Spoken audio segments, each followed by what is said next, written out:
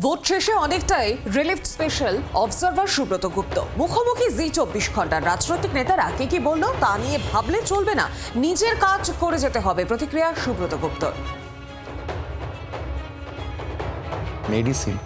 Medicine বিষয়টা কি আর সেটা কিভাবে আপনি অ্যাপ্লাই করতেন? আমাদের যা নির্বাচনের সংস্কৃতি আছে বা ছিল এর আগে অবধি, মানে 23শে এপ্রিলের আগে অবধি, তাতে মানুষের একটা ধারণা ছিল যে যারা দুষ্কৃতী, যারা বাহুবলী, তারা বাইরে এসে ভোটারদের ভয় দেখায়, ভোটাররা নিশ্চিন্তে ভোট কেন্দ্রে যেতে পারেন না ইত্যাদি। তো আমাদের যেই মেডিসিনের কথা আমরা বারবারই সিদ্ধান্ত নিয়েছি, বারবারই নিজেদের মধ্যে আলোচনা করেছি, সেটা হচ্ছে যারা দুষ্কৃতী, যারা এইসব কাজ করে, তাদের জন্য তারা হয় নির্বাচনের দিন ঘরে থাকবেন অথবা তারা শ্রীঘরে থাকবেন। ঘরে নয় শ্রীঘরে।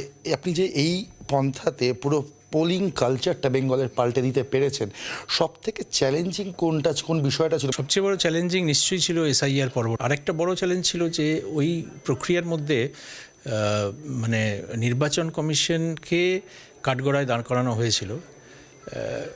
কোনো ক্ষেত্রে বলা যেতে পারে নির্বাচন কমিশন হয়তো আরেকটু ভালোভাবে পরিকল্পনা করে কাজটায় নামতে পারতো, কিন্তু এটাও ঠিক যে সমস্ত অভিযোগ কিন্তু সঠিক ছিল না। 2011 ইলেকশন খুব কাছ থেকে দেখেছেন, আর 2026টাও খুব কাছ থেকে দেখলেন। কোনো রিসেমব্লেন্স কিছু পেয়েছেন এই 2011 আর 2026-এর মধ্যে মানুষের ভোট দেওয়ার বিষয়টাতে? আমার মনে হয় যে অনেকটাই সিমিলারিটি আছে এই দিক দিয়ে যে দুটোই অ্যান্টি এস্টাবলিশমেন্ট ভোট হয়েছে। ক্যামেরার প্রণয়ের সাথে অর্কদীপ্ত, জি24 ঘন্টা, কলকাতা। বাংলার আওয়াজ, বাঙালির আবেগ, জি24 ঘন্টা।